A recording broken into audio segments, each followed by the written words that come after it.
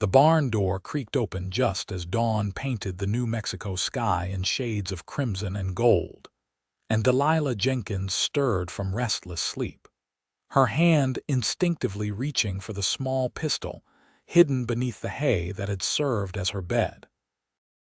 She had arrived in Deeming 3 days ago with nothing but the clothes on her back, a worn leather satchel, and the bitter knowledge that her husband Robert was dead, killed by pneumonia during a harsh winter in Kansas. The journey south had drained what little money she had left, and the boarding house had turned her away when she could not pay for a second night. The barn behind the mercantile had seemed like a godsend, empty and warm enough to keep her alive through the cool desert nights. The footsteps approaching were measured and careful, and Delilah sat up quickly, hay falling from her dark hair as she tried to make herself presentable. Her heart hammered against her ribs as a tall figure appeared in the doorway, silhouetted against the rising sun. "Madam, I don't mean to startle you," a deep voice said, gentle despite its roughness. "Name's Yates Quinlan. I own the ranch about 2 miles west of here, and Ben at the mercantile mentioned you've been sleeping in his barn." Delilah's cheeks burned with shame as the man stepped closer, removing his hat to reveal sandy brown hair and kind eyes the color of weathered leather. He looked to be in his late 20s, perhaps 30 at most, with sun-bronzed skin and the capable hands of someone who worked the land. His face held no judgment, only concern. "I apologize for the intrusion, Mr. Quinlan," Delilah said, standing and brushing hay from her black morning dress. "I'll gather my things and be on my way." "That's not why I'm here," Yates said quickly. "Ben told me about your situation. Said you've been looking for work, but haven't had much luck." Delilah nodded, fighting back the tears that threatened to spill. She was 24 years old and suddenly alone in a world that had little use for widows without means. In the 3 days since arriving in Deeming, she had knocked on every door, asked at every business, but work for women was scarce, and what was available paid barely enough to afford a meal, let alone lodging. "I have a proposition for you if you're willing to hear it," Yates continued, his voice steady and respectful. "My housekeeper, Mrs. Patterson, passed away last month. Heart gave out in her sleep. I've been managing on my own, but the ranch house is getting to be more than I can handle alongside the cattle and horses. I need someone to cook, clean, do the washing. It's honest work, and it comes with room and board plus $40 a month." Delilah's breath caught. $40 was more than fair. It was generous. But she had learned to be wary of offers that seemed too good to be true, especially from men she did not know. As if reading her thoughts, Yates reached into his vest pocket and pulled out a brass key, holding it out to her. "This is the key to the main house. You'd have your own room with a lock on the inside. I sleep in the foreman's cottage since Mrs. Patterson passed, figured it wouldn't be proper otherwise. You'd have your privacy and your safety. I give you my word on that." Delilah stared at the key glinting in his calloused palm, at this stranger offering her not just employment but dignity and security. Something in his eyes told her he meant every word. "Why are you doing this?" she asked, her voice barely above a whisper. Yates looked down at his boots, then back up at her with an honesty that made her chest tighten. "My mother was widowed when I was 15. She struggled for years, and people weren't always kind. I watched her work herself to the bone for pennies while men who could have helped looked the other way. I swore then that if I ever had the means, I'd do better. So here I am, Mrs. Jenkins, offering you honest work if you're willing to take it." Delilah felt something shift inside her, a tiny crack in the wall she had built around her heart since Robert's death. She reached out and took the key, its weight solid and real in her hand. "I'll work hard for you, Mr. Quinlan," she said. "You won't regret this kindness." "I don't doubt it," Yates replied with a slight smile. "And please call me Yates. We don't stand much on formality out here. Let me help you with your things and we'll head to the ranch. I'll fix us some breakfast, such as it is, and show you around." The ride to the Quinlan ranch was quiet, with Delilah seated beside Yates on the wagon bench, watching the stark beauty of the New Mexico landscape unfold around them. The desert was nothing like the green fields of Kansas she had known as a girl, but there was something captivating about the endless sky and the way the morning light turned the distant mountains purple and gold. Yates pointed out landmarks as they traveled: the old cottonwood that marked the boundary of his land, the creek that ran year-round and kept his cattle watered, the mesa where eagles nested. His voice held genuine affection for this harsh land, and Delilah found herself listening not just to his words but to the rhythm of his speech, the careful way he chose what to say. The ranch house came into view as they crested a small rise, a sturdy adobe structure with a covered porch and glass windows that caught the sunlight. Nearby stood a barn, a corral with several horses, and the smaller cottage Yates had mentioned. It was modest but well-maintained, the kind of place that spoke of pride and hard work. "It's beautiful," Delilah said, meaning it. "It's home," Yates replied simply. "Had it for 5 years now. Started with nothing but a claim and a dream, built it up piece by piece." He helped her down from the wagon, his hands strong and steady at her waist, and Delilah felt an unexpected flutter in her stomach that she quickly pushed away. She was in mourning, and he was her employer. Such thoughts were inappropriate and unwelcome. The inside of the house was indeed in need of a woman's touch. Dust covered most surfaces, dishes were piled in the dry sink, and the floor needed a good sweeping.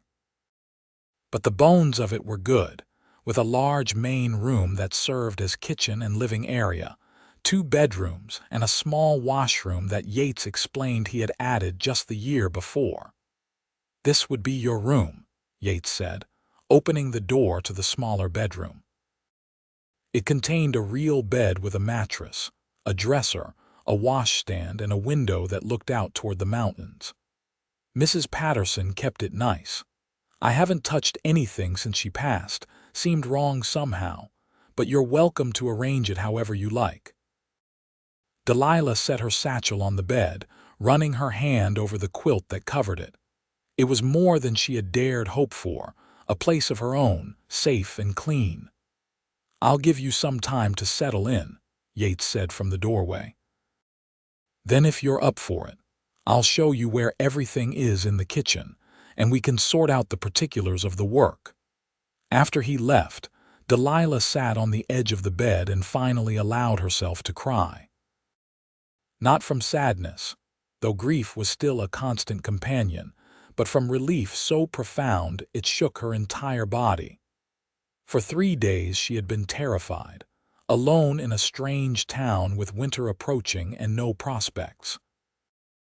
Now she had shelter, employment, and an employer who seemed to be a genuinely good man. She allowed herself 5 minutes of tears, then washed her face in the basin, unpacked her few belongings, and went to find Yates. He was in the kitchen, attempting to fry eggs in a pan that had clearly seen better days. "Let me," Delilah said, moving beside him. "You hired me to cook, after all." Yates stepped back with a relieved grin. "Can't say I'll miss burning breakfast. There's eggs, bacon, some potatoes that need using, and flour for biscuits if you're inclined." Delilah surveyed the kitchen with a practiced eye, mentally cataloging what was there and what would be needed. "I'll make a list of supplies after breakfast. When do you next go into town?" "Saturday, usually, but I can go sooner if needed." "Saturday is fine," Delilah said, already slicing potatoes with a knife she found in a drawer. "We'll make do until then." They fell into an easy rhythm, Delilah cooking while Yates set the table and fetched water from the pump. The domesticity of it felt strange and familiar all at once, like putting on a coat you had forgotten you owned. Over breakfast, they discussed the details of her employment. Yates explained his routine, the ranch hands who came during roundup and branding, the neighbors who sometimes stopped by, the rhythm of life on a working cattle ranch. Delilah listened carefully, asking questions when she needed clarification, already planning how she would organize her days. "I appreciate someone who's thorough," Yates said, finishing his second helping of eggs. Mrs. Patterson was the same way. She'd have everything planned out to the last detail. "How long did she work for you?" Delilah asked. 3 years. She was a widow too, older woman from back east who came out here with her daughter's family. When they moved on to California, she decided to stay, said she liked the quiet. Yates looked out the window, his expression distant. "She was kind to me when I needed it most. Losing her was hard." "I'm sorry," Delilah said softly. "It's clear you cared for her." "She was like a mother to me after my own past," Yates admitted. "Some people just have that way about them, you know. They make a house feel like a home." Delilah felt the weight of those words, the responsibility and the opportunity they represented. She wanted to be that for this place, for this man who had shown her such unexpected kindness. Not as a replacement for the woman who had come before, but as herself, making her own mark.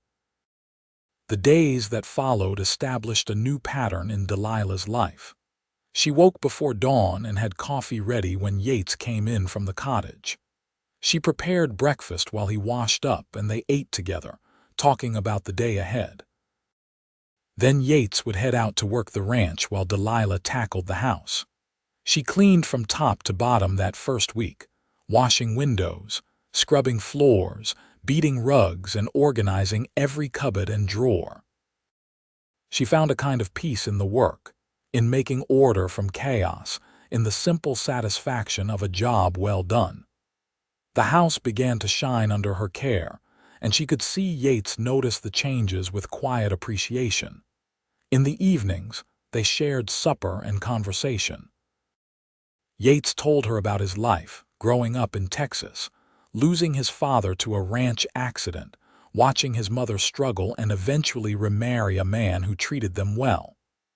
He spoke of his decision to strike out on his own, to build something that was entirely his. He talked about the land, the cattle, his hopes for the future with a passion that made his whole face come alive. Delilah found herself sharing too, more than she had intended. She told him about growing up in Ohio, the daughter of a schoolteacher and a seamstress.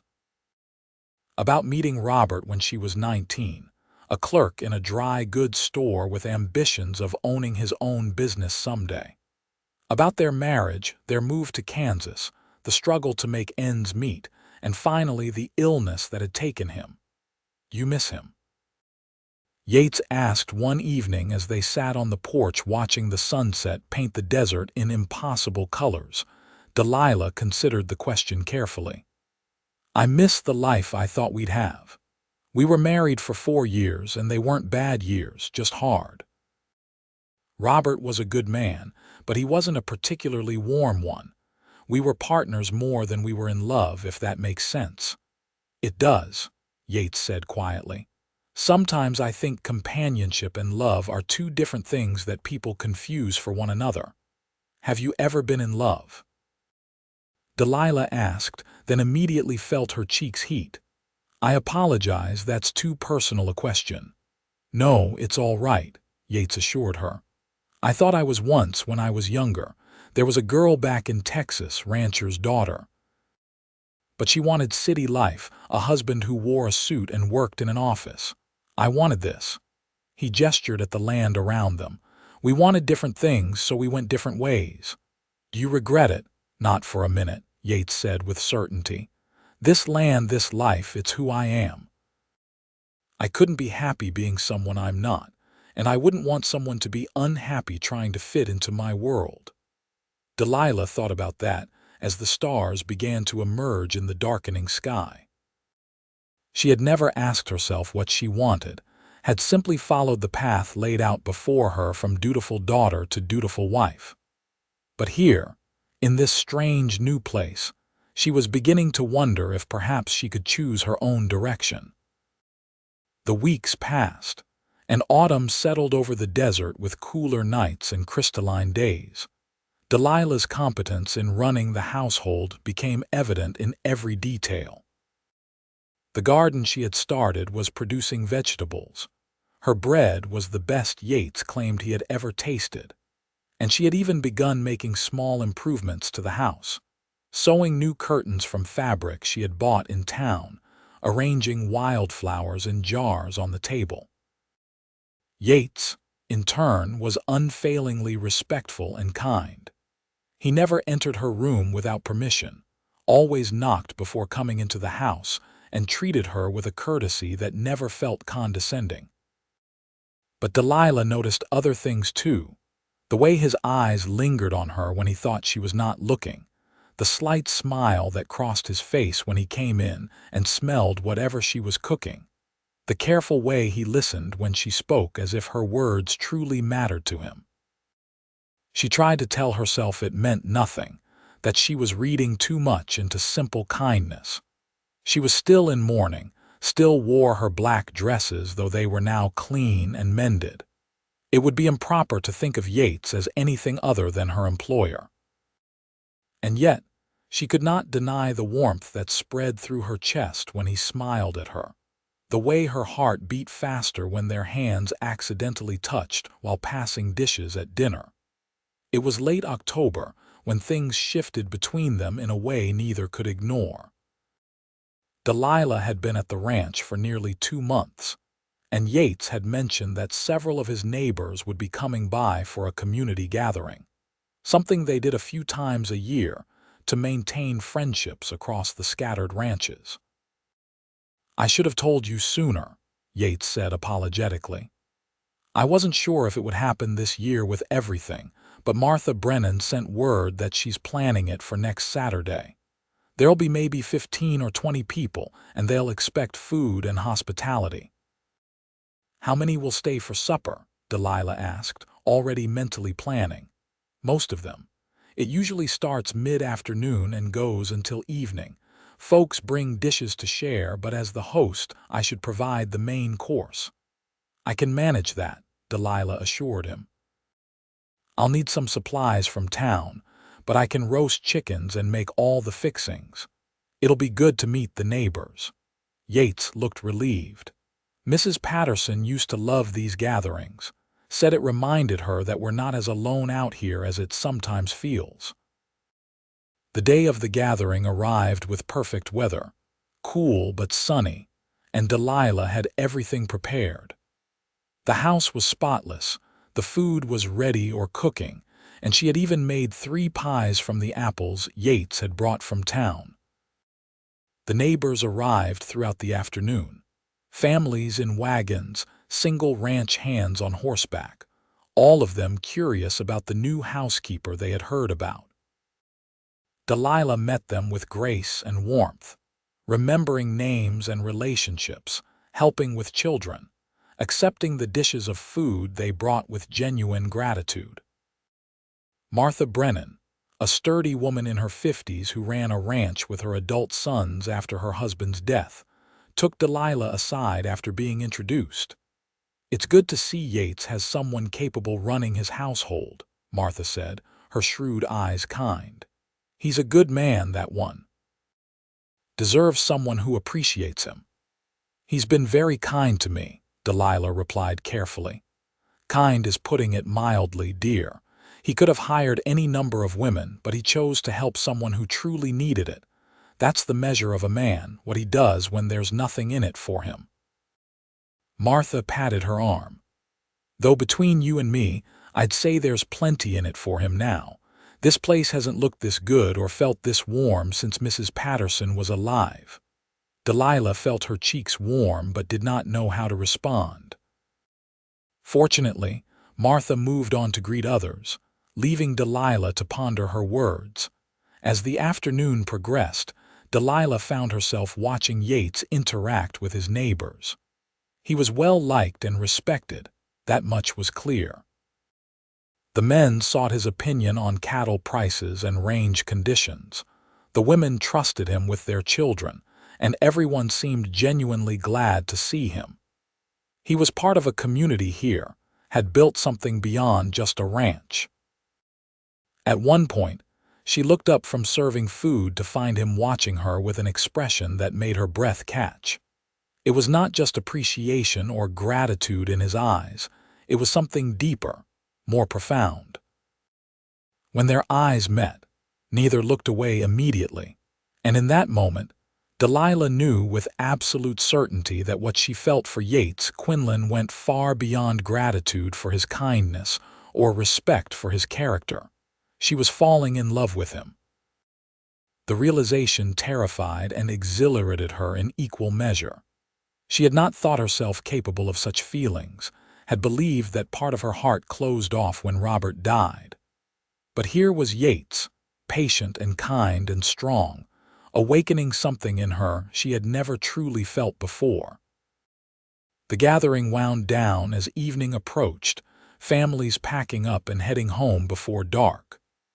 Delilah stood on the porch with Yates, waving goodbye to the last of the guests, and suddenly they were alone again, the silence feeling different than it had before. "Thank you for today," Yates said softly. "You made everyone feel welcome, made this place feel like a real home." "It is a real home," Delilah replied, looking up at him. "You've built something wonderful here, Yates." He turned to face her fully, and she could see him struggling with something, words fighting to come out. "Delilah, I need to tell you something, and I hope it won't make things awkward between us." Her heart hammered as she waited for him to continue. "These past 2 months, having you here, it's been more than just having help around the place. You've brought light back into this house, into my life. I find myself looking forward to coming inside at the end of the day just to talk with you, to hear about your thoughts and ideas. I know it hasn't been long, and I know you're still in mourning, but I can't keep pretending that what I feel is just appreciation for a good housekeeper." "Yates," Delilah whispered, but he continued, needing to get it all out. "I'm falling in love with you, Delilah Jenkins. Maybe I have been since the moment I saw you in that barn, trying so hard to be brave when you were clearly terrified. I don't expect you to feel the same, and I won't press you for anything you're not ready to give. But I needed you to know, needed to be honest with you." Delilah felt tears prick her eyes as she reached out and took his hand, feeling his fingers close around hers with gentle strength. "I thought I was the only one feeling this way. I thought I was terrible for having these feelings when Robert's barely been gone 6 months. "There's nothing terrible about it," Yates said firmly. "Life goes on, Delilah. Hearts heal and find new ways to love. That doesn't diminish what came before." "I never loved Robert the way I'm starting to love you," Delilah admitted, the words tumbling out now that the dam had broken. "Our marriage was built on practicality and companionship. But this, what I feel when I'm with you, it's different. It's bigger and brighter, and sometimes it scares me how much I care." Yates raised his free hand to cup her cheek, his touch reverent. "I'll never hurt you, Delilah. I'll spend every day trying to be worthy of whatever you're willing to give me." "You already are," she said, and then she was in his arms, held close against his chest, feeling his heart beat strong and steady beneath her ear. They stood like that as the stars emerged overhead, two people who had found each other in the vast expanse of the New Mexico desert, learning what it meant to truly come home. The next weeks were a revelation for both of them. Nothing changed practically. Delilah still ran the household and Yates still worked the ranch. But everything felt different now that their feelings were in the open. They spent their evenings talking for hours, sharing dreams and fears, learning the 1,000 small details that make up a life. Yates told her about his father, a hard man but fair, who had taught him everything about ranching before a spooked horse had kicked him and caused an injury that turned fatal. He spoke of his stepfather, who had loved his mother well and treated Yates like his own son, giving him the start money that had allowed him to buy this land. Delilah shared memories of her parents, both gone now from illness, and the loneliness she had felt as an only child. She talked about the dreams she had harbored as a girl, of adventure and romance, and how life had seemed to shrink those dreams down to something smaller and more manageable, until she had almost forgotten they had existed. "You can dream again," Yates told her one evening as they sat together on the porch, his arm around her shoulders. "Whatever you want, Delilah, we can work toward it together." "I just want this," she said honestly. "A home, someone to love who loves me back, maybe children someday." Simple things, but they feel like everything. "They are everything," Yates agreed, pressing a kiss to her temple. "And we can have all of it if you want. I know we haven't known each other long, but I'm sure about you, about us. Whenever you're ready, I want to marry you, Delilah. I want to build a life together." Delilah turned in his arms to look at him, this good man who had appeared in her life exactly when she needed him most. "I'm sure too," she said. "I think I've been sure since the day you woke me in that barn and handed me a key, trusting me with your home and your life before you even knew me." "So is that a yes?" Yates asked, his eyes bright with hope. "Yes," Delilah said, smiling wider than she had in years. "Yes, I'll marry you, Yates Quinlan." He kissed her then, gentle and sweet, a promise of all the kisses to come. When they finally pulled apart, both were grinning like fools, giddy with the certainty of their future together. They were married in early December, a small ceremony at the church in Deeming with Martha Brennan and several other neighbors as witnesses. Delilah wore a new dress, a deep blue rather than morning black, that Yates had insisted on buying for her. It was the first time she had worn color since Robert's death, and she felt like she was stepping into a new life, leaving grief behind while carrying the lessons it had taught her. The minister, an elderly man who had been in Deeming since it was little more than a railroad stop, spoke about second chances and the grace of new beginnings. His words felt written specifically for them, two people who had known loss and loneliness, but had found each other when they needed it most. After the ceremony, they returned to the ranch for a quiet supper, just the two of them, the house glowing with lamplight and warmth.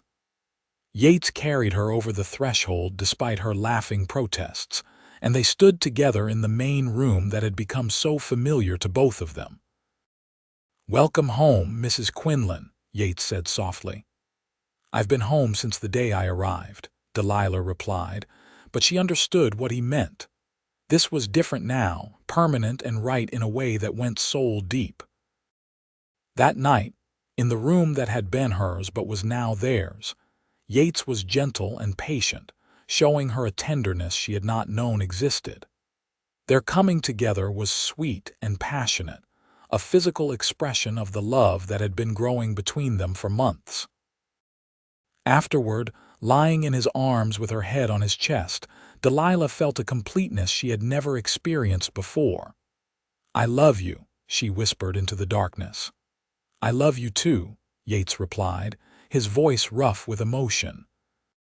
"Thank you for taking a chance on a cowboy with more dreams than sense." "Thank you for waking me up," Delilah said, and she meant it in every way possible. He had woken her from sleep in a barn, yes, but also from a life of simply going through motions, from believing she was not meant for the kind of love that swept you away. Their first winter together was cold but joyful.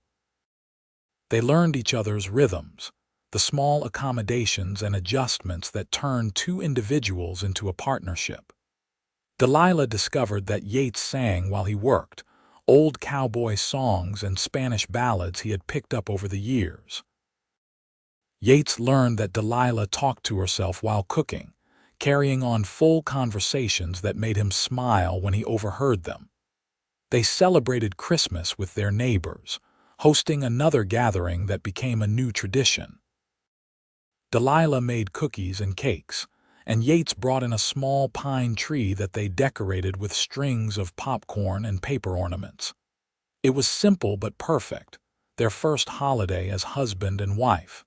As winter gave way to spring, they talked seriously about their future.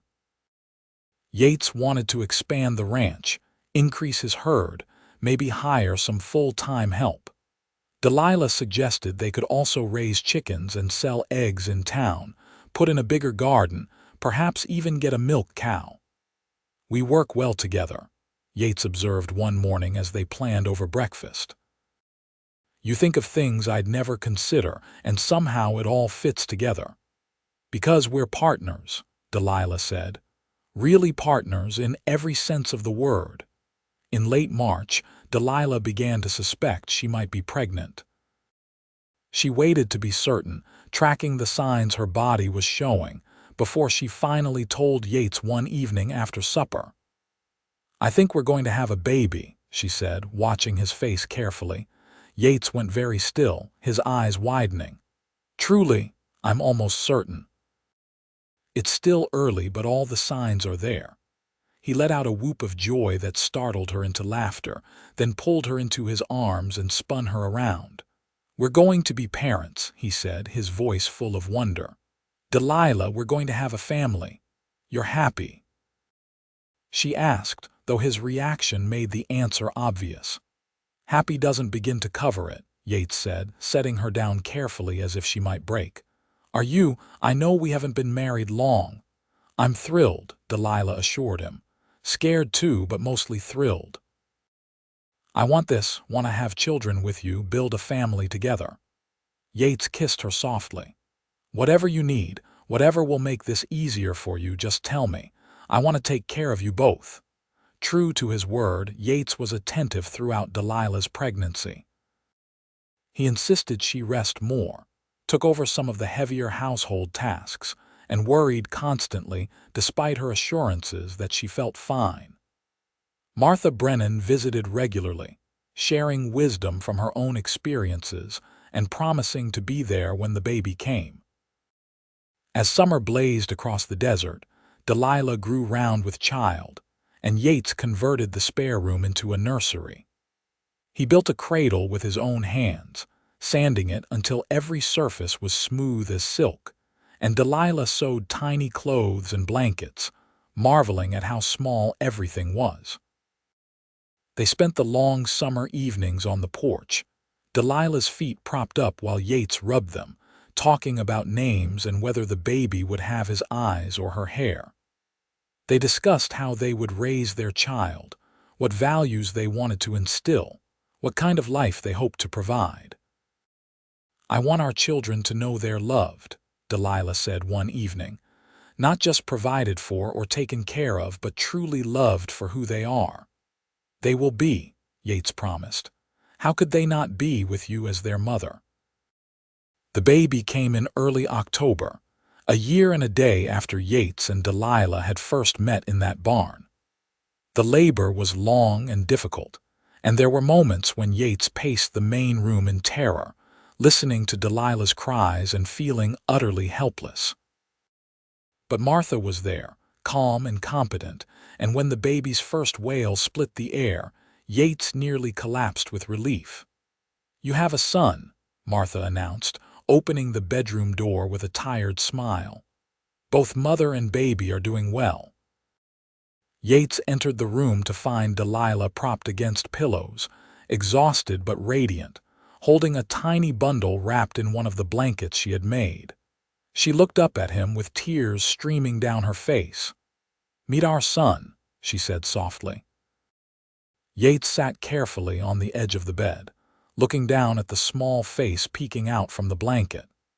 The baby had a shock of dark hair and tiny perfect features, and as Yates watched, he opened his eyes to reveal deep blue that would likely change color in the coming weeks. "He's beautiful," Yates whispered, touching one impossibly small hand with his finger. The baby's fingers curled around his, and Yates felt his heart crack open with a love so fierce it took his breath away. What should we name him? They had discussed several options, but looking at their son, Delilah knew exactly what his name should be. Thomas, she said, after my father, Thomas Quinlan. Thomas, Yates repeated, trying it out. It's perfect, he's perfect. He looked at his wife, at this woman who had come into his life sleeping in a barn and who had become his entire world. You're perfect. Thank you, Delilah. Thank you for this, for him, for everything. Delilah reached up to cup his cheek. Thank you for finding me. For giving me a home and a family and a love I never knew existed. They sat together like that, the three of them, as the autumn sun set outside and filled the room with golden light. It was a moment of pure peace, of gratitude for the journey that had brought them to this point. The months that followed were exhausting and wonderful in equal measure. Thomas was a healthy baby but demanding, wanting to be fed and held and comforted at all hours. Delilah navigated new motherhood with determination, and Yates proved to be a devoted father, walking the floor with Thomas in the middle of the night, changing diapers without complaint, and staring at his son with an expression of besotted wonder. As Thomas grew, his personality began to emerge. He was a happy baby, quick to smile and laugh, fascinated by everything around him. He had Delilah's dark hair but Yates's eyes, which had settled into the same warm brown as his father's. The ranch continued to thrive as well. Yates hired 2 ranch hands to help with the expanding herd, good men who respected Delilah and were kind to Thomas. The chickens Delilah raised provided eggs that she sold in town, along with butter from the cow they had purchased. Money was not abundant, but it was steady, and they were building something secure. When Thomas was a year old, they held a party to celebrate, inviting all their neighbors and friends. Delilah watched her son being passed around and doted on by the community that had embraced them, and felt a swell of gratitude for the life they had built. "What are you thinking?"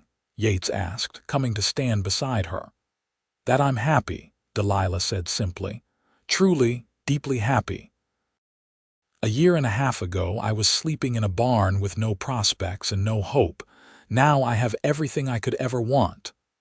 "We have everything," Yates corrected, pulling her close, "and it's only going to get better." He was right. Over the next years, their family grew. When Thomas was 2, Delilah gave birth to twin girls they named Sarah and Emma, after Yates's mother and grandmother. The girls were identical in appearance but opposite in temperament, Sarah bold and adventurous while Emma was cautious and thoughtful. The house expanded to accommodate the growing family, Yates adding on 2 more rooms with help from neighbors. The ranch grew as well, becoming known throughout the territory for its quality cattle. Yates's reputation as an honest dealer and good neighbor spread, bringing opportunities and respect.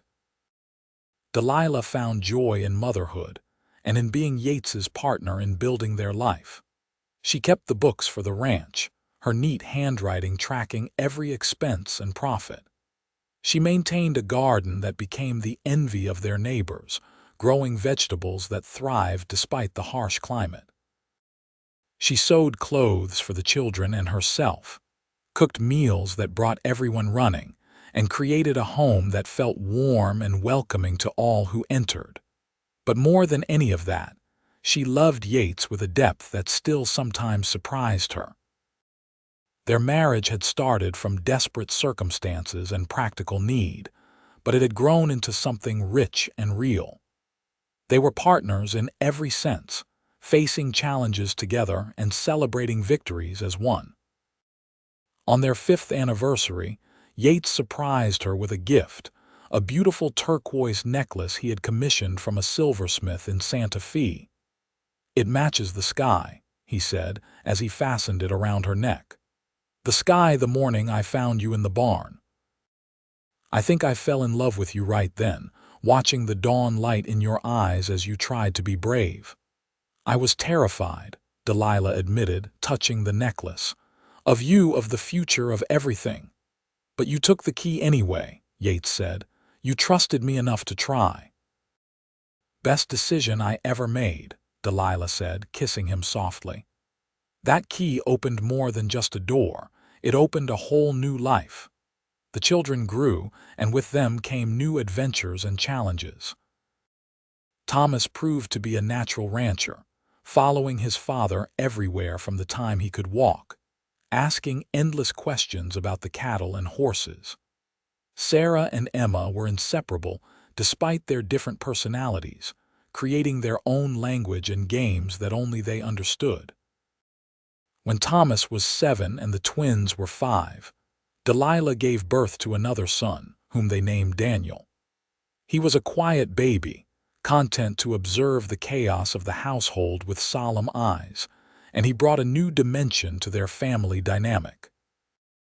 The ranch had become one of the most successful in the area, and Yates was often asked for advice by newer ranchers. He never forgot his own struggles starting out, and was generous with his time and knowledge, helping others the way he wished someone had helped him. Delilah became known in Deeming and the surrounding area as well, for her kindness and her competence. Women came to her for advice on everything from cooking to child-rearing to navigating the challenges of ranch life. She helped new widows find their footing, remembering her own desperate circumstances, and several times convinced Yates to hire women who needed work. "You can't save everyone," Yates said gently one evening after Delilah had spent the day helping a newly widowed neighbor sort out her late husband's affairs. "No," Delilah agreed, "but I can help where I'm able. Someone helped me when I needed it most. I'm just paying that forward." Yates pulled her close. "Have I told you lately that you're an amazing woman?" "Not since this morning," Delilah teased. "Then I'm overdue," Yates said, and proceeded to tell her in detail exactly how amazing he thought she was, until she was laughing and blushing and pulling him toward their bedroom. The years continued to pass, marked by both joys and sorrows. They lost cattle to drought one year and celebrated record calves the next. The children had the usual childhood illnesses and accidents, each one aging Delilah and Yates a year with worry, but they all recovered and grew strong. Martha Brennan passed away peacefully in her sleep when Thomas was 10, and Delilah wept for the woman who had been a friend and mentor. The whole community mourned her, and Delilah made sure her own daughters knew Martha's story, how a widow had built a successful ranch and raised good sons despite all the obstacles in her path. "Why are you telling us this?" Sarah asked at age 8, precocious and direct. "Because I want you to know that women can do hard things," Delilah said. "That being strong doesn't mean you have to do it alone, but it does mean you don't give up when things get difficult." Both girls absorbed this lesson. Along with countless others, Delilah and Yates taught them, not through lectures but through the example of their lives and their love for each other. When Thomas turned 15, he started talking about possibly going to the new agricultural college that had opened in Las Cruces. Yates was supportive, though Delilah could see it pained him to think of his son leaving. "He'll come back," she assured her husband one night as they lay in bed. "This is his home and ranching is in his blood, but let him learn new ways of doing things. It'll only make him better at it." "When did you get so wise?" Yates asked, kissing her forehead. "I've always been wise," Delilah replied with mock indignation. "You're just now noticing." They laughed together in the darkness, the easy laughter of people who had weathered storms together and knew they could weather whatever came next. Thomas did go to college, and he did come back, bringing with him new ideas about cattle breeding and range management that helped the ranch become even more successful. He also brought back a wife, a smart young woman named Catherine who fit into the family as if she had always been there. The twins grew into beautiful young women, different as night and day but equally beloved. Sarah married a neighboring rancher's son and stayed close, eventually running her own successful horse breeding operation.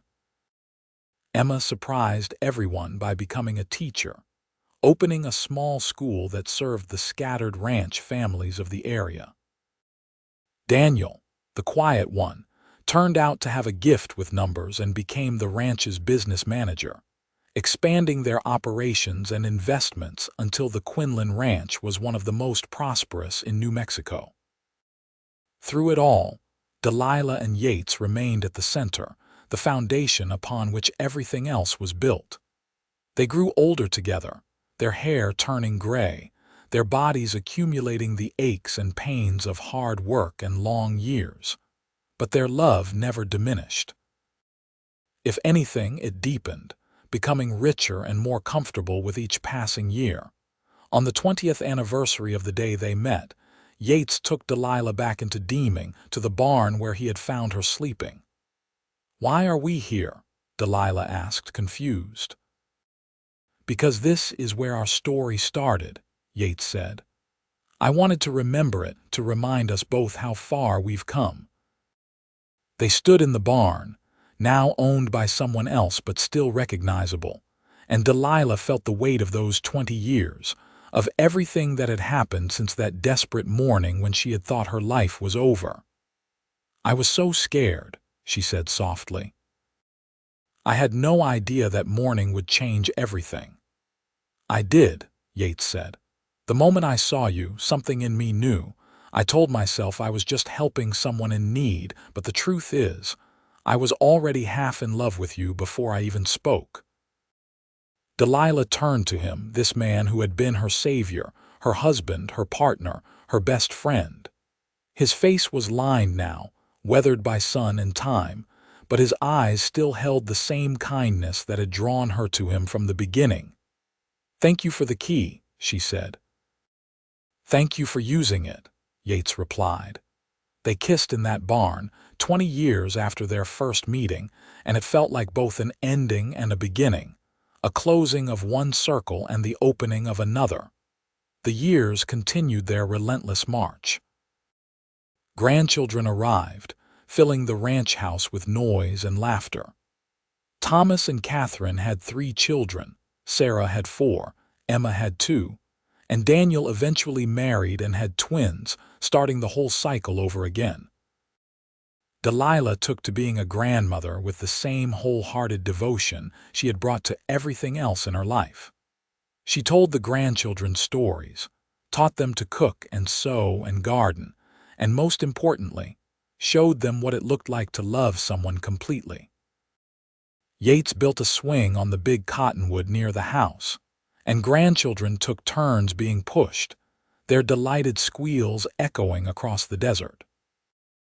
He taught them to ride, to rope, to respect the land and the animals, passing on everything his father had taught him and everything he had learned on his own. On quiet evenings, when the grandchildren had gone home and the house was peaceful again, Delilah and Yates would sit on the porch, holding hands and watching the sunset paint the sky in shades of crimson and gold, just as it had the morning they met. "You ever wish things had been different?" Delilah asked one such evening when they were both in their 60s. "That you had met someone when you were younger, built this life without all the hardship that came before." Yates considered the question seriously before answering. "No," he said finally, "because it wouldn't have been you. Everything that happened, good and bad, brought us to that barn on that morning. I wouldn't change a single thing if it meant losing you. Not even the years apart. All that time we could have been together. Not even that," Yates confirmed. "Because we became the people we needed to be for each other. You learned strength and resilience. I learned compassion and patience. When we found each other, we were ready." Delilah leaned her head on his shoulder, feeling the truth of his words settle into her bones. "I love you, Yates Quinlan." more with every passing day. And I love you, Delilah Quinlan. Always have, always will. They sat together as the stars emerged, two people who had built a life and a legacy from nothing more than kindness and courage and love. When they were both in their early 70s, Yates's health began to fail. It was nothing dramatic, just the slow wearing down of a body that had worked hard for decades. He moved slower, tired more easily, and though he tried to hide it, Delilah could see the pain that sometimes crossed his face. She nursed him tenderly, just as he had cared for her through 4 pregnancies and countless illnesses over the years. She made his favorite foods, sat with him on the porch for hours, and reminded him of all the good they had done, all the joy they had shared. "I'm not ready to leave you," Yates said one evening, his voice rough with emotion. "Then don't," Delilah said firmly. "Stay with me. We have more years ahead of us yet." And miraculously he rallied. Whether through sheer force of will or simply because his body was not quite done yet, Yates regained some of his strength. He would never be the robust young man who had walked into a barn and changed a widow's life, but he was still himself, still the man Delilah loved with her whole heart. They made the most of the time they had, taking joy in small moments, the taste of morning coffee, the warmth of the sun on their faces, the laughter of grandchildren playing nearby. They told each other stories they had told 100 times before, finding new meaning in old memories. The whole family gathered for Delilah and Yates's 30th wedding anniversary, a crowd of children and grandchildren filling the ranch house to bursting. There was food and music and dancing, and Delilah found herself swept into her husband's arms for a slow waltz on the porch as the sun set. 30 years, Yates marveled. Feels like yesterday and a lifetime all at once. Best 30 years of my life, Delilah said, though I'm counting the years before too when you found me and gave me hope. We saved each other, Yates said. That's what love does. It saves us from loneliness and despair, and shows us what's possible. As they danced, surrounded by the family they had created and the life they had built, Delilah felt a profound sense of completion. She had come to New Mexico with nothing, desperate and alone, and she was leaving a legacy of love that would ripple forward through generations. Years continued to accumulate, each one precious. They celebrated holidays and birthdays, mourned when neighbors and friends passed, and rejoiced at weddings and new births. The ranch remained in the family, passed to Thomas but still very much Delilah and Yates's home. When Delilah was 78 and Yates was 82, they decided to take a trip, just the two of them. The family protested that they were too old, that it was not safe, but they were adamant. "We've spent our whole lives taking care of everyone else," Delilah said to her concerned children. "Let us have this one adventure together." They traveled to Santa Fe, where they had never been despite living in New Mexico for decades. They stayed in a hotel, ate in restaurants, visited galleries and shops, and held hands while walking through the historic plaza. "This is lovely," Delilah said as they sat on a bench watching people go by, "but I'll be glad to get home." "Me too," Yates agreed. "There's no place I'd rather be than our ranch, our home." They returned to find the family had decorated the house with welcome home signs made by the grandchildren and great-grandchildren, the newest generation just beginning to arrive. The outpouring of love overwhelmed them both, and Delilah cried happy tears as she hugged each person who had come to greet them. That night, lying in their bed, they talked about the trip and how good it felt to be home. "I want you to know," Yates said seriously, "that these years with you have been the greatest gift of my life. Whatever comes next, I'm ready for it because I've had you." "Don't talk like that," Delilah said, though she understood the impulse. They were old now and the future was uncertain. "We have time yet." "I know," Yates assured her. "I'm not going anywhere if I can help it. I just wanted you to know, needed to say it out loud." "I know," Delilah said, holding him close. "I've always known." They fell asleep in each other's arms, as they had done for over 30 years, and in the morning they woke to another beautiful day. More years passed, each one adding to the rich tapestry of their shared life. They slowed down considerably, spending most days in the house or on the porch, watching the life of the ranch flow around them. The grandchildren came to visit regularly, bringing the great-grandchildren, and the house was often full of noise and laughter. Delilah taught the newest generation her recipes, showed them how to sew and garden, and most importantly, told them the story of how she and Yates had met, how a key had opened not just a door but an entire world of possibility. "Tell us again, great-grandma," the children would beg, and Delilah would smile and begin the tale of a widow sleeping in a barn and a cowboy who had woken her with kindness. Yates would add his part of the story, how he had walked into that barn and found his future waiting for him, brave and beautiful despite her fear. The children listened with wide eyes, absorbing the lesson of love and courage that their great-grandparents represented. When Delilah was 85, she suffered a stroke that left her weakened but still herself. Yates, now 89 and frail but determined, insisted on being her primary caregiver despite the family's protests. "I've taken care of her for 35 years, he said firmly. "I'm not stopping now." He helped her dress and bathe, fed her when her hands shook too much to manage a spoon, read to her from the books she loved. It was a role reversal from the months when she had nursed him, but that was what partnership meant, taking turns holding each other up when strength failed. "You should rest," Delilah told him one afternoon, seeing how exhausted he was. "Let Catherine or one of the others help." "I will rest when you're better," Yates said stubbornly. "Until then, I'm exactly where I need to be." Delilah recovered slowly but surely, regaining most of her strength and mobility over the following months. It was a testament to her will, and to Yates's devoted care that she came back from something that might have defeated someone else. On the 37th anniversary of their wedding, they sat together on the porch, wrapped in blankets against the cool December air, watching their family arrive for the celebration. 37 years married, Delilah mused. 38 since we met. More than half my life has been spent loving you.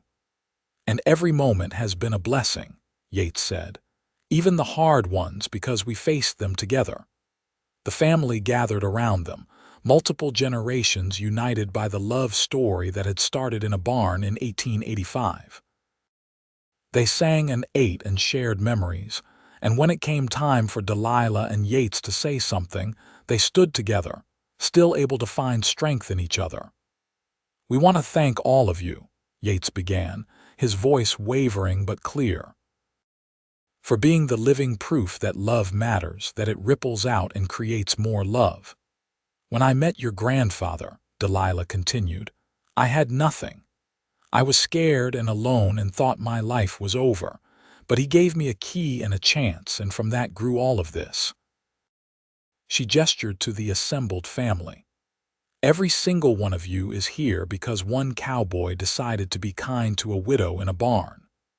There was not a dry eye in the house as the family embraced them both, a tangle of arms and love that represented everything they had built together. The seasons continued their cycle, and Delilah and Yates continued to cherish each day they had together. They knew they were living on borrowed time now, that each morning was a gift not to be taken for granted. They made the most of every moment, finding joy in the simple fact of being together. When Yates was 91 and Delilah was 87, he took her hand one spring morning and said, "Let's go for a walk." They moved slowly, leaning on each other and on the canes they now needed, but they made their way to the old cottonwood where so many grandchildren had played on the swing he had built decades ago. "This is where I want to be buried," Yates said without preamble, "when the time comes. Right here where I can hear the life of this ranch forever." "Then that's where I'll be too," Delilah said simply. "Together like always." "Together," Yates agreed, "like always." They stood under the cottonwood, holding each other up in all the ways that mattered, and watched the sun move across the sky, marking another day in their extraordinary, ordinary life. Yates passed away peacefully in his sleep 2 years later, at the age of 93. Delilah woke to find him beside her, his hand still holding hers, a slight smile on his face as if he had gone to sleep thinking of something that made him happy. The grief was immense, a tsunami that threatened to drown her. They had been together for 40 years, partners in every sense of the word, and now half of herself was missing. But even in her grief, Delilah found comfort in the knowledge that they had made the most of every single day, that there was nothing left unsaid or undone between them. They buried him under the cottonwood, as he had wanted, and the entire community came to pay their respects to a man who had been unfailingly kind and honest and good. Delilah stood at the graveside, surrounded by her children and grandchildren and great-grandchildren, and spoke of the love they had shared. "He gave me a key once," she said, her voice strong despite her tears. "The key to his house. But really, it was the key to a life I never dreamed I could have. He showed me what love truly means, and I will be grateful for that until my last breath."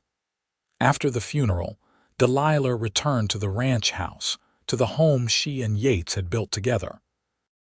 It felt empty without him, but it was still full of his presence in every board he had nailed, every room they had shared, every memory they had made. The family wanted her to move in with one of them, worried she was too old to live alone, but Delilah refused. "This is my home," she said firmly. "I'm not leaving it until it's time to join Yates under that tree." She lived alone but not lonely, with family visiting daily and her own routines to keep her busy. She tended her garden, though she could not do as much as she once had. She cooked, though usually for others now rather than for herself. She sat on the porch every evening and talked to Yates as if he were beside her, telling him about her day, about the grandchildren and great-grandchildren, about the changes on the ranch and in the world. On what would have been their 42nd wedding anniversary, Delilah woke with a sense of peace and purpose. She dressed carefully, putting on the blue dress she had worn to their wedding all those years ago, miraculously still fitting though she had to take it in a bit. She fastened the turquoise necklace Yates had given her for their 5th anniversary around her neck. Then she walked slowly to the cottonwood, to Yates's grave, and sat beside it with some difficulty, her old bones protesting. She laid her hand on the headstone and began to talk, telling him everything she had never quite found the words to say when he was alive, though she suspected he had known it all anyway. "I've had a good life," she said finally. "The best life because of you. You woke me up that day in the barn, and I've been awake and alive ever since. Thank you, my love. Thank you for everything." She closed her eyes, meaning just to rest for a moment, and when Thomas came looking for her an hour later, he found her there, her hand still on the headstone, that same peaceful smile on her face that his father had worn. They buried her beside Yates under the cottonwood, and this time the gathering was even larger, spanning 5 generations of the family they had created together. The stories flowed, memories of a remarkable woman who had come to New Mexico with nothing and left behind a legacy of love that would endure for generations. The ranch stayed in the family, passed down through the years, and the story of Delilah and Yates became part of its foundation. Children and grandchildren and great-grandchildren grew up hearing about the widow who slept in a barn and the cowboy who woke her with a key, about how one act of kindness can change everything, about how love can bloom even in the harshest conditions if given a chance. Under the cottonwood, two headstones stood side by side, marking the resting place of Yates Quinlan and Delilah Jenkins Quinlan. The inscriptions were simple but profound, listing their dates of birth and death, and beneath that, a single line they had chosen together years before. Together always, from a barn to forever. And in the house they had shared, in the ranch they had built, in the family they had created, their love lived on, a testament to the power of kindness, courage, and the transformative magic of finding your true partner in this world. The key Yates had given Delilah all those years ago was kept in a glass case in the main room, a reminder to every generation that followed that sometimes the greatest gifts come when we least expect them, and that love can find us even in our darkest moments if we are brave enough to accept it.